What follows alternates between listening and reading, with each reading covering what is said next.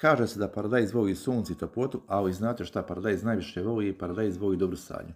Danas testiramo 3 načina sadnje paradajza, plitku, duboku i horizontalnu, koja od njih daje najveći rod, koja štedi vrijeme, a koja samo troši živce. Sve sam probao u svom vrtu, iste sadnice, iste uslovi, sve pošteno i transparentno. Sada je vrijeme da saznate koji je najbolji način sadnje paradajza. Ako sadiš paradajz, ovaj video je za tebe i može ti promijeniti cijelu sezonu. Prije bilo kakve sadnje moramo spomenuti da zemlja mora biti spremna. Prije par dana je prekopana, očišćena od korova, rastresati i dodati domaći stajnjak. Također, kao što smo već spomenuli, 3 načina sadnje paradajza, vrijeme je da krenemo sa prvim načinom. Plitka sadnja paradajza je prva metoda, znači sadnica se sadi onako kako dolazi iz rasada, bez puno zatrpavanja, samo korijen ide u zemlju, a većina stabljike ostaje iza površine. Ova metoda je brza, lagana, pogotovo ako sadiš veći broj stabljika, međutim, ima nekih svojih prednosti, ali nažalost ima puno više mana. Neki od njenih prednosti su brz i jednostavan rad, idealno ako sadiš puno sadnica, manje se oštećuje stabljika, međutim ima neke mane, manji korijenov sistem, slabije vuče hranu i hranjive materije, pošto biljka nije zatrpana, brže se suši, pogotovo u vrućim suhim danima, manja stabilnost stabljike, naravno, pošto je samo korijen u zemlji, a većina stabljike je vani, vjetar je jako lako može slomiti, pogotovo ako se radi o većim sadnicama, i zahtijeva puno češće zalijevanje, pošto je cijeli korijenov sistem se razvija na površini, tako da se jako brzo može osušiti.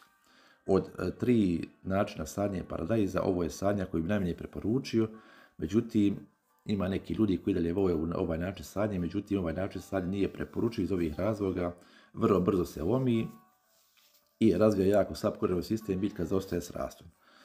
Druga način sadnje je duboka sadnja. Znači, sadnica paradajza sam posadio dublje nego što je rasla u čašu, skoro do prvih listova. Cilj je da veći dio biljke osim samog vrha ide u zemlju, jer iz tog razloga paradajz može razviti adventivno korijenje, što znači jači korijenov sistem, više hranjive materije i bolja otpornost na sušu. Međutim, ima neke prednosti i mane. Prednosti su i ovoj razvija snažan korijenov sistem, a ogromne mane su zahtjeva više truda i puno više rada. Najbolji način sadnje je horizontalna sadnja. To je posljedna metoda koju sam testirao i vjerljivo se pokazala kao najbolja i primjenjujemo duži niz godina.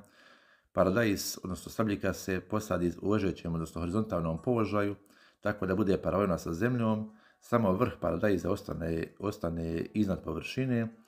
U principu ima puno jači korijenov sistem, biljka puno brže prinja za zemlju. Ova metoda je super za područje gdje su zemljišta vlažna, u koje je prostor sužen, tako da dosta biljaka možeš posaditi na puno manjem razmaku. Također, ovaj način sadnje ima velike prednosti. Prva prednost je ta što je štiti od vjetra, tako da se biljka neće slomiti. Drugi način sadnje je što razvija ogromno adventivno korijenje, koje poboljšava i ubrzava rast paradajza prilikom same sadnje. Tako da, u principu, jedina mana ovog načina sadnje je što morate biti jako pažljivi kada ih sadite, tako što ovu stabiljku jako lako možete slomiti.